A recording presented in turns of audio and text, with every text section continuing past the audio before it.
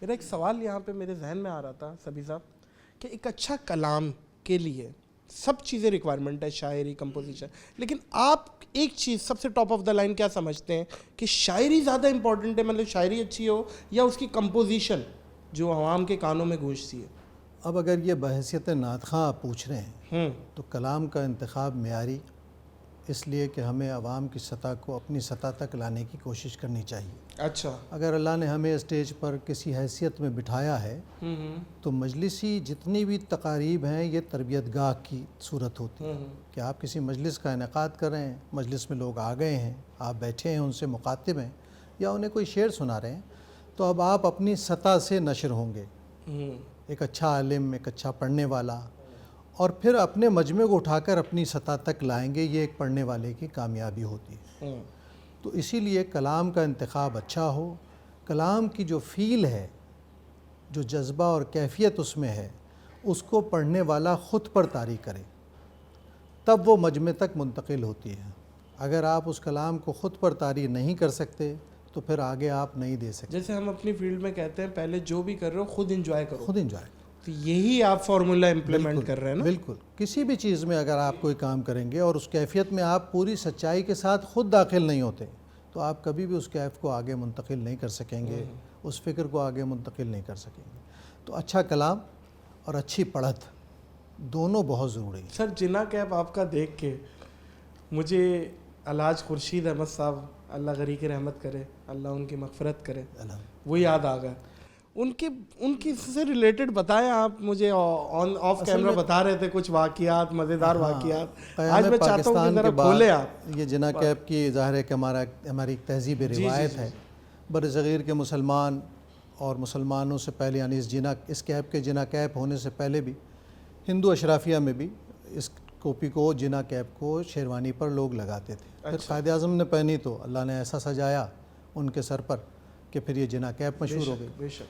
پاکستان میں جتنی ہمارے اشرافیہ تھے، اشرافیہ سے مراد وہ جو نیک نسب لوگ تھے یا کسی بھی اعتبار سے کسی حیثیت میں آتے تھے، وہ جنا کیپ لگاتے تھے، اور یہی وجہ ہوا کہ مذہبی طبقے نے بھی جنا کیپ اختیار کی اور یہ ہمارا تہذیبی رویہ بن گیا۔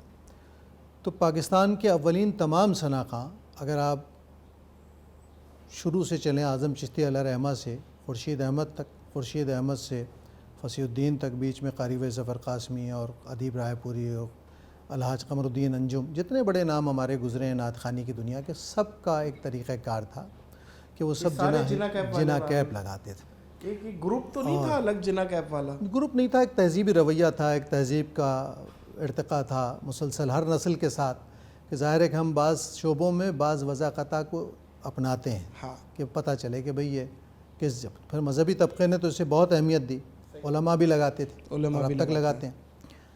تو یہ جو جنا کیپ ہے اس کا اچھا، پھر میرا بڑا ساتھ رہا ہے قاری وحید ظفر قاسمی صاحب کے ساتھ اور الحاج خورشید احمد کے ساتھ، کیونکہ میں بہت کم عمر میں ملک سے باہر پڑھنے گیا اور ان دونوں حضرات کے ساتھ گیا، اور ہمیں کئی ماہ ایک ساتھ رہنے کا، پڑھنے کا، محافل کرنے کا موقع ملا۔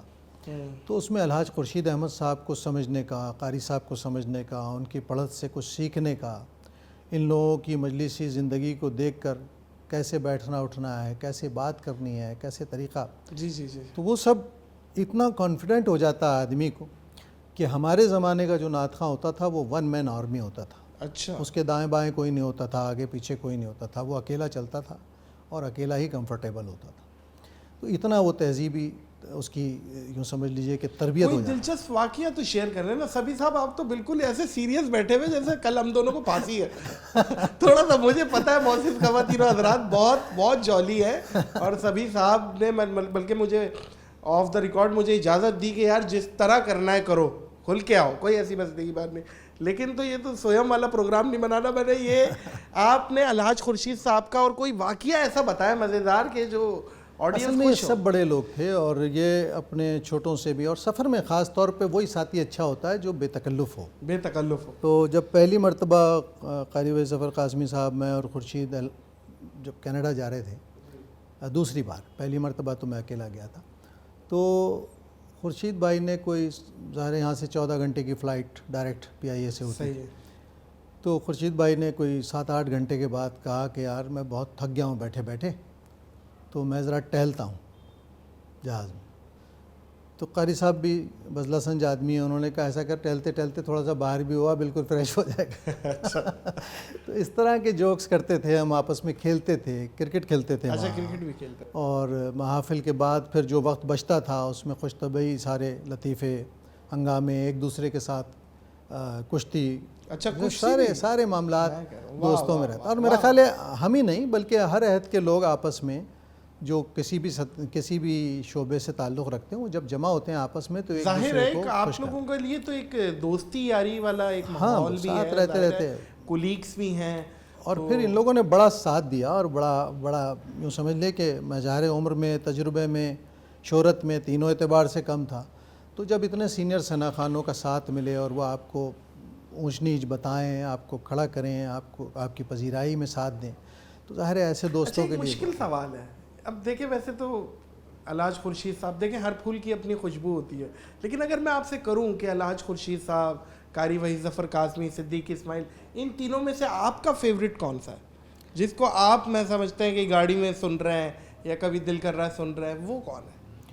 دیکھیے ویسے تو آپ نے صحیح کہا، ہر پھول کی خوشبو ہوتی ہے، اور ان کی انفرادیت یہ ہے کہ ان کی اپنی اپنی خوشبو ہے، اپنا اپنا فلیور ہے، اور اسی لیے انہوں نے اپنے سننے والے پیدا کیے. لیکن ان تینوں دوستوں میں سب اچھا پڑھنے والے ہیں، لیکن میں نے وحید ظفر صاحب سے زیادہ سیکھا. اس کی وجہ تھی کہ وحید ظفر صاحب کے ہاں لفظ کی ادائی کا جو سلیقہ تھا وہ بالکل منفرد تھا.